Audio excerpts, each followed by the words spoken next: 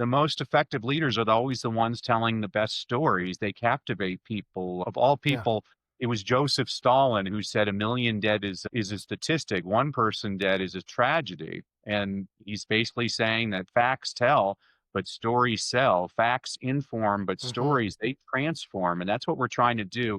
You are listening to the 5 a.m. podcast, and today is your day. Good morning, 5 a.m. community. Today's conversation promises an exceptional return on that investment you're making in yourself, building and growing your life. I am thrilled to welcome a true master of communication who's about to transform how we connect with our audience and our clients. Dr. Danny Brassell, often described as Jim Carrey with a PhD, brings an electrifying combination of academic expertise, captivating entertainment. He's the author of 19 books, including the game-changing Leadership Begins with Motivation and the provocatively titled Misfits and Crackpots. Danny has cracked the code on what makes people lean in, listen up, and take action. He's on a mission to revolutionize how entrepreneurs and organizations communicate, replacing forgettable pitches with stories that stick, connect, and convert. Now, just before we get to our guest, please consider sharing this episode today with 3 of your friends. And of course, thanks for those trips over to buymeacoffee.com/5am podcast. We do appreciate your support. And now it's my privilege to welcome Dr. Danny Brassell. Welcome to the 5am podcast. Well, Michael, thank you so much for that introduction. I'm bringing you on the road with me. That was lovely. Thank you for that. My pleasure. I love to travel. Love to talk. We'll travel. There you go. That's me. Danny, you've had a journey that went from academia to becoming the Jim Carrey with a PhD. It's fascinating to think of that. What was that pivotal moment that made you realize that entertainment and education could create such a successful combination in business communication? Wow. Well, I think trying to make it into one pivotal moment's probably a disservice. Okay, It's been many pivotal moments. So, 30 years ago, I mean, that's my entire life is pivots. I feel like I've already lived 9 lives. 30 years ago, I was a journalist covering President Bush Sr. for the 1992 presidential election. I loved my job. I got to meet every editor of every major daily, and one editor offered me the city beat for $16,500 a year. Meanwhile, a friend told me that they were hiring teachers in South Central Los Angeles for $25,000 a year. So, Michael, I became an educator for the noblest of reasons, for the high yes, pay. And I actually fell in love with teaching. I've taught all age levels from preschoolers all the way up to rocket scientists. I can make that claim because I used to teach English as a second language to engineering students at the fun. University of Southern California. And in 2005, my wife and I attended a real estate seminar, which turned out to be a scam. We lost everything. And I could give you the woe is me story, but I'm a positive person and I learned a lot from that experience beyond humility. The first thing I learned is that my wife is my soulmate. She stood right by me during tough Mm, times. She's an incredible human being. Second of all, I learned money's not the end goal because you can lose money just like that. Third, I try not to judge other people anymore because if I was somebody looking at what I had done, Michael, I would have said, well, you deserve that. But now I realize if you don't know everything about a person, you really don't know anything about a person. Fourth, I became a Christian, which I'm always embarrassed to confess that it took a catastrophe to bring me to Jesus. But the more I read the Bible, I realize I'm not the first screw up out there. And then fifth, I didn't want to declare bankruptcy. And my accountant said, well, you have to make this much more money this year. So I was a professor at the time. And so I started speaking on the side and I hit that number right on the number. Well, then the next year, Michael, he gave me a much higher number and I hit that number right on the number. So in year 3, I thought, well, maybe I should set a higher number. And basically, during one of the worst economic downturns in American history, I was able to build up a highly lucrative speaking business, which eventually attracted the attention of some pretty famous people and companies who were asking me to coach them. And I have to be honest about this. I resisted coaching for a long time, Michael, because you need to know this about me. I have a very high standard for my students. I won't let you fail. I will be on your back, holding you accountable until you succeed. Well, now that I work primarily with entrepreneurs and executives and business owners, I find that they're highly motivated. They do the work, and it's probably been the most gratifying thing I've ever done. So I'm always looking for the next chapter. I'm very excited about what I'm doing right now, though. oh, that's great. Wow, that's your life kind of runs the gamut of what to do and what not to do. And I mean, who hasn't run into those pitfalls where we thought we could trust somebody and it sounded great, and you don't realize that they're a charlatan until they've rode off out of town. Yeah. And it makes me think of the story of making stones or soup out of stones or Yeah. something like that. Cautionary tale. But Well, yeah, you said it, Michael. I think in order to find out what to do, we often have to go through what not to do. that's right. Yeah, and our mistakes, people talk about costly mistakes. I think we actually have to use the word value Yeah. instead of costly, I because love it. how many of us we might begrudge mistakes that we've made or we've seen our friends or family make, but we realize how valuable they were on the other side. And how do we know to stop touching that hot element on the stove, right? Without That's sometimes. wisdom right there. You just gave your audience pure wisdom right there, Michael. I completely agree. I'm a Baptist in your front row going amen. Oh, that's good. That's good. Well, we'll have to call the organist up in a moment, but we won't be taking an offering, ladies and gentlemen. Not that All kind of right. service.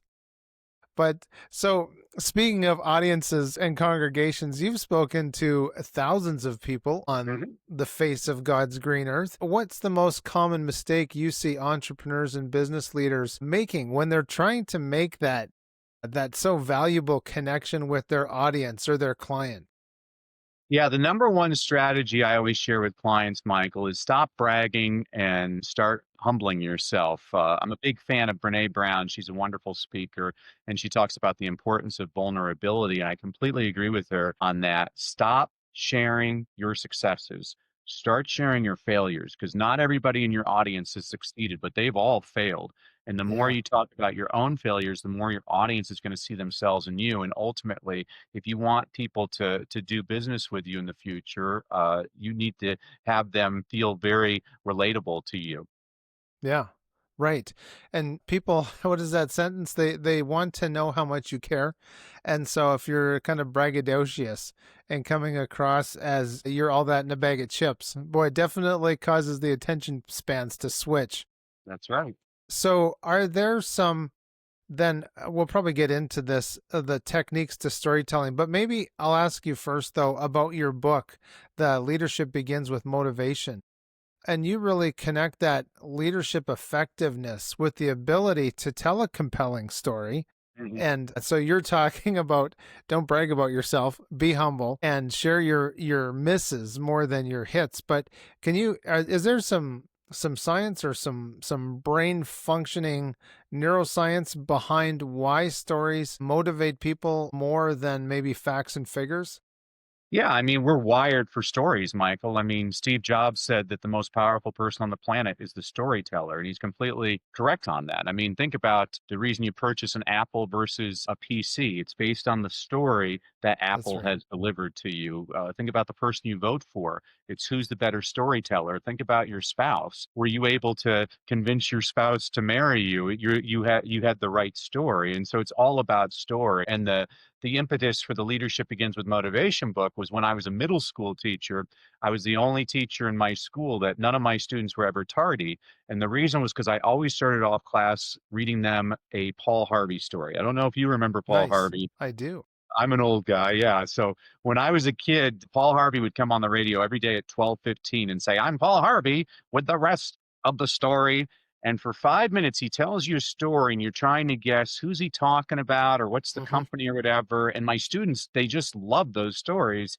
But the problem was a lot of his stories were about like Fred Astaire and Sears Roebuck. Well, kids today don't know anything about that. And Yeah. so the reason I wrote Leadership Begins with Motivation was it's basically an homage to Paul Harvey with more updated stories about people like Elon Musk and Jeff Bezos. Well, then after I wrote the book, Michael, I read it and I'm like, huh, that's interesting. Completely unintentionally, I realized a lot of my stories were of white male Americans. And so the last book I wrote was called Misfits and Crackpots. And most of these stories are about women, minorities, and international people because I think everybody needs to hear a good story.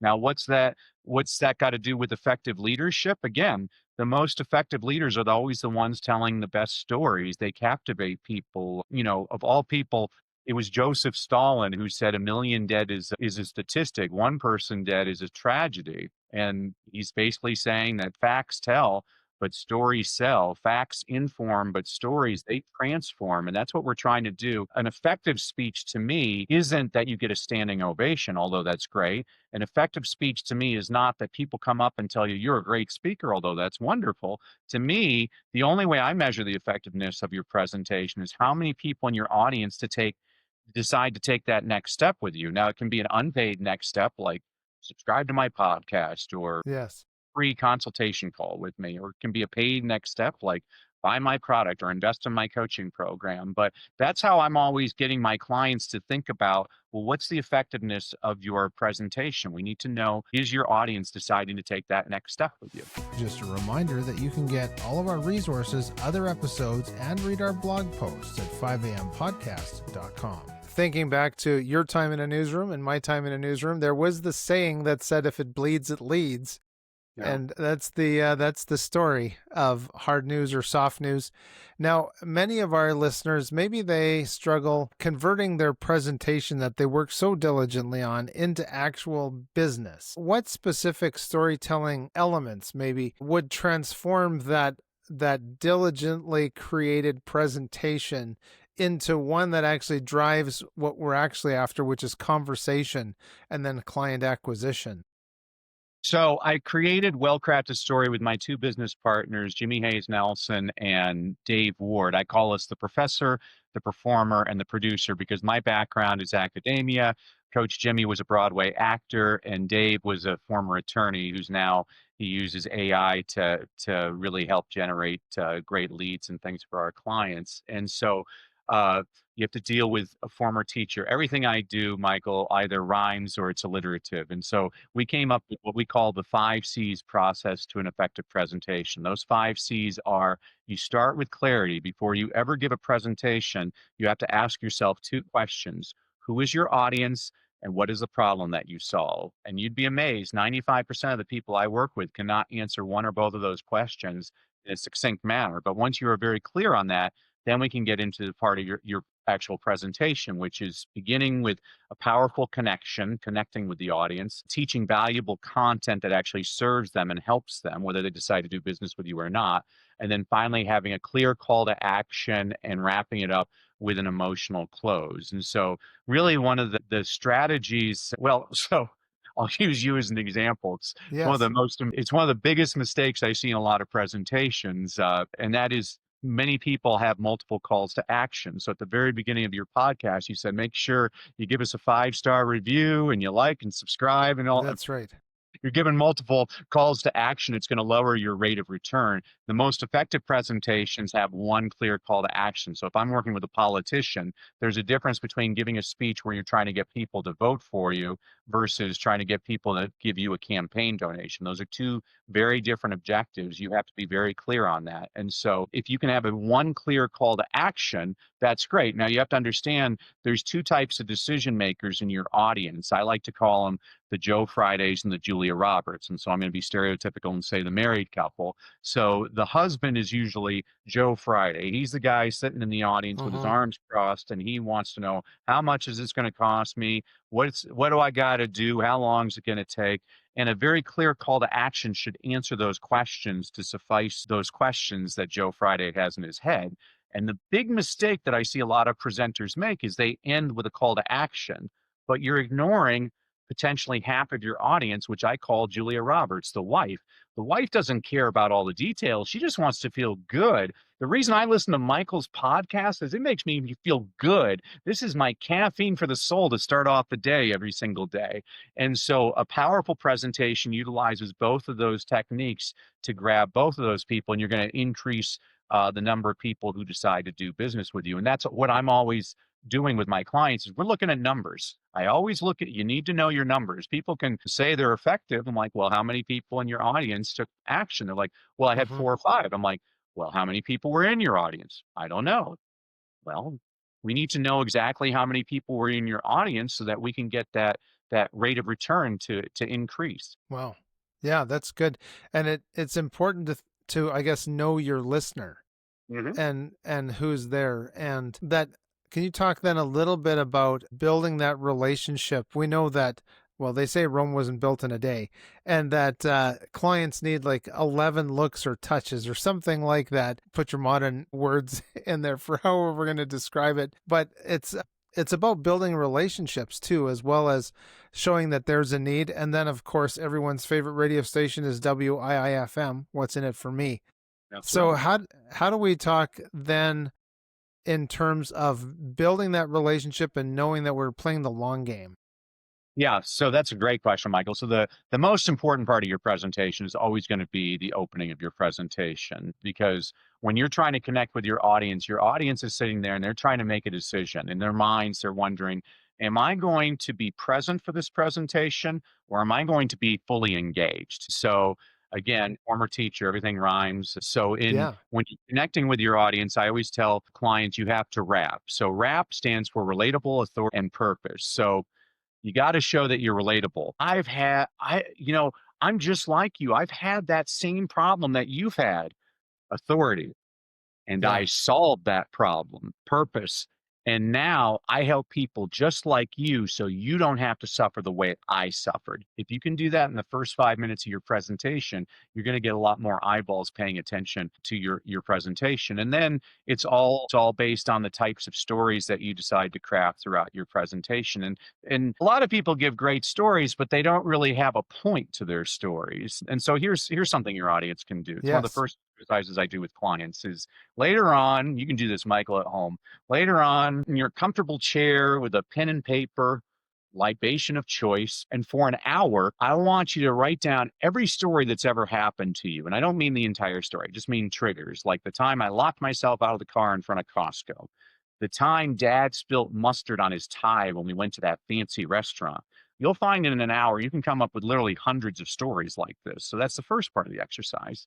The second part of the exercise is then I want you to think about, well, what's this story really about? Oh, this is a story about accountability. This is a story about loyalty. Oh, this is a story about love. And so on my computer, I literally have hundreds of files with tens of thousands of stories. So if I need a specific teaching point, I look for the story in that teaching point. So I'll give you an example. By the way, whenever I give you client examples, I never give the real name of the person or the company. And so I'm working with a, nutrition expert, Kathy, and she has a wonderful presentation. She had digestive issues. And so she has a 90-day program where she helps people with digestive issues get rid of those digestive issues. And the mistake of her presentation was she ended with that as her call to action. And I already told you that that's a mistake. You also have to emotionally connect to that audience. So she answered, "Oh, my program is a 90-day program. It costs 1997. I'm with you every step of the way." So she satisfied the Joe Fridays, but she needed to satisfy the Julia Roberts as well.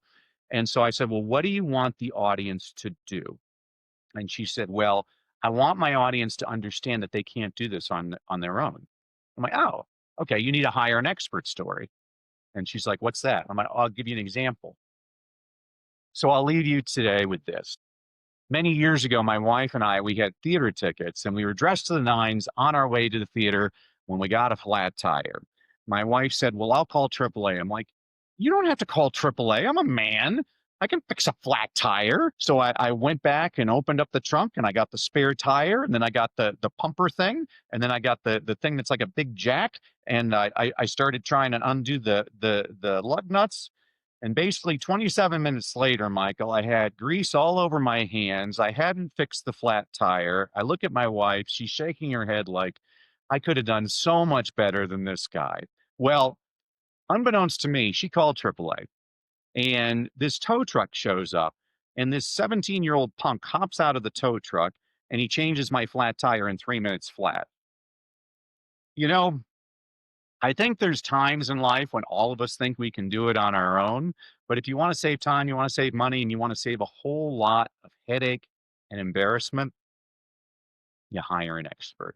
And so what I've just done is I've given Kathy a story, an anecdote that's going to Hmm. demonstrate what she wants the action, what she wants her audience to do, but without hitting them over the head on it. Oh, here's an Yeah. example of a time when I should have hired an expert. And so now the audience is sitting there in their minds like, I've tried things in the past for my intestinal problems and it's never worked.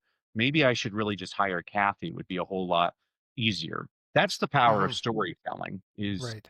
metaphors. Yes. And so you showed us your book there, Misfits and Crackpots.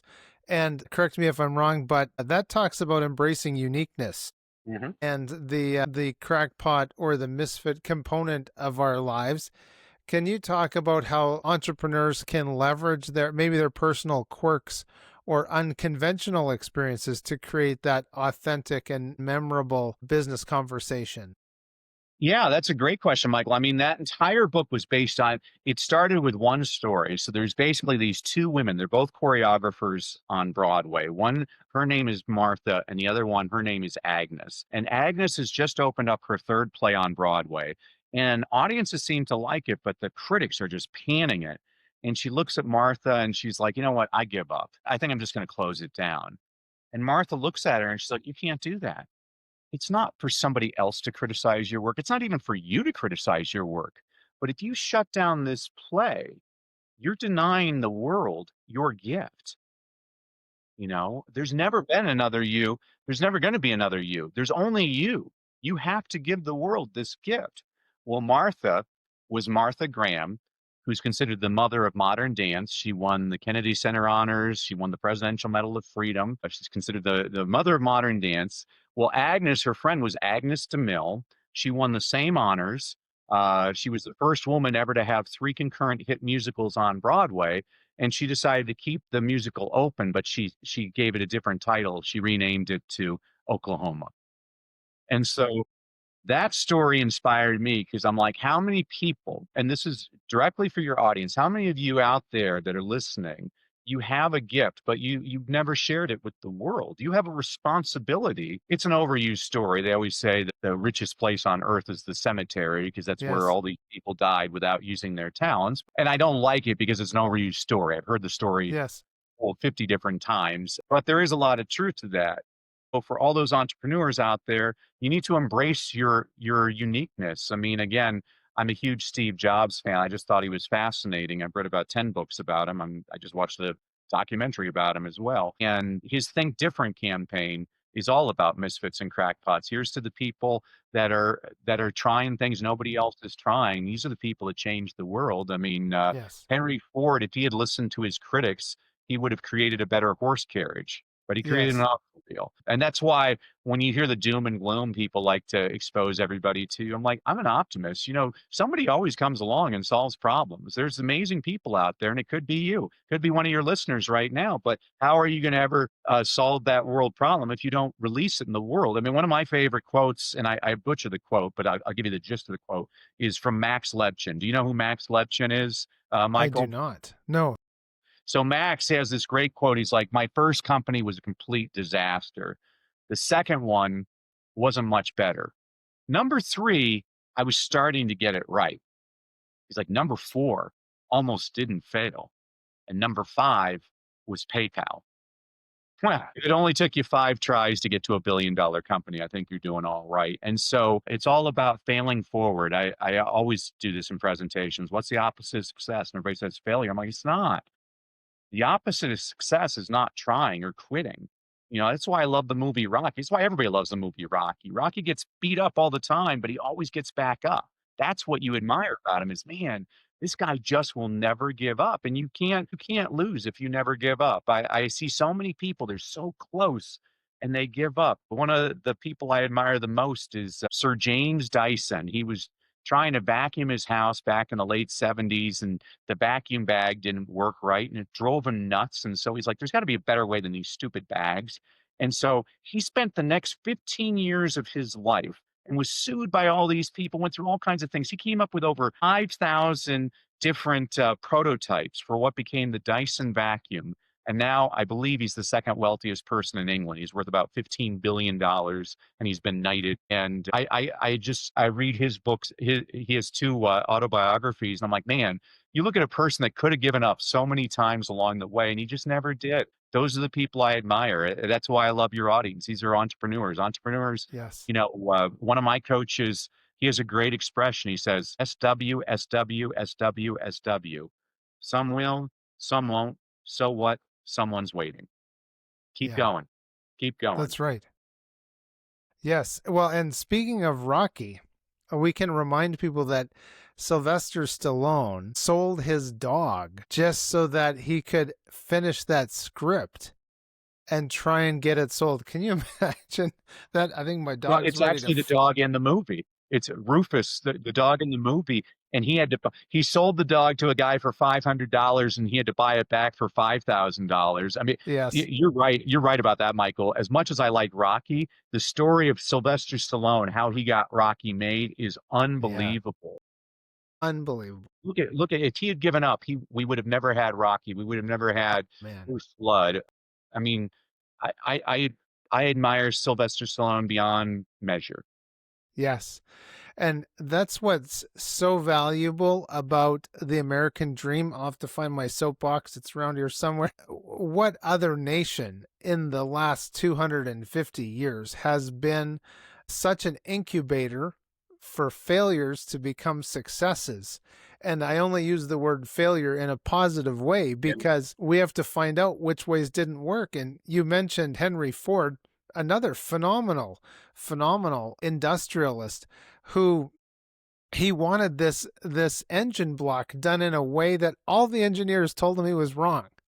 And he was like, I know what I'll do.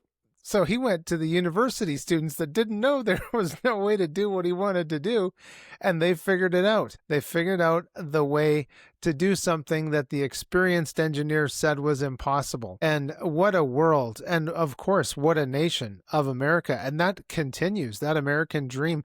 You know, Yeah. this is going to be on FM radio in Denver and Atlanta. There might be somebody coming home from the night shift. There might be somebody driving to their second job. And we commend you for what you're doing because we know that you're going to keep going and you're listening because you're motivated to make a change. And Danny, you've got some great information for our listeners. Can you tell them how they can get in touch with you? Well, as a thank you to you, Michael, and for your audience for having to bear with me and listen to all my stories, I want to share with you a freebie. So if you go to freestoryguide.com, guide like a tour guide, freestoryguide.com, I'm going to give you your own well-crafted story blueprint. What this is the exact process that Coach Jimmy and I take our clients through on how to create your own well-crafted story. Danny, a hearty and sincere, of course, thank you for joining me today for the 5am podcast. Thank you, Michael. God bless. Thank you. I'll take it. And God bless you too. Ladies and gentlemen, as I always say, please seize your day. Enjoy those sunrises and sunsets. This has been Michael Clausen with 5am Podcast. 5am Podcast is brought to you in part by MKCI.ca, a certified member of the Autodesk Developer Network. MKCI helps companies maximize their AutoCAD, Inventor, Navisworks. Visit mkci.ca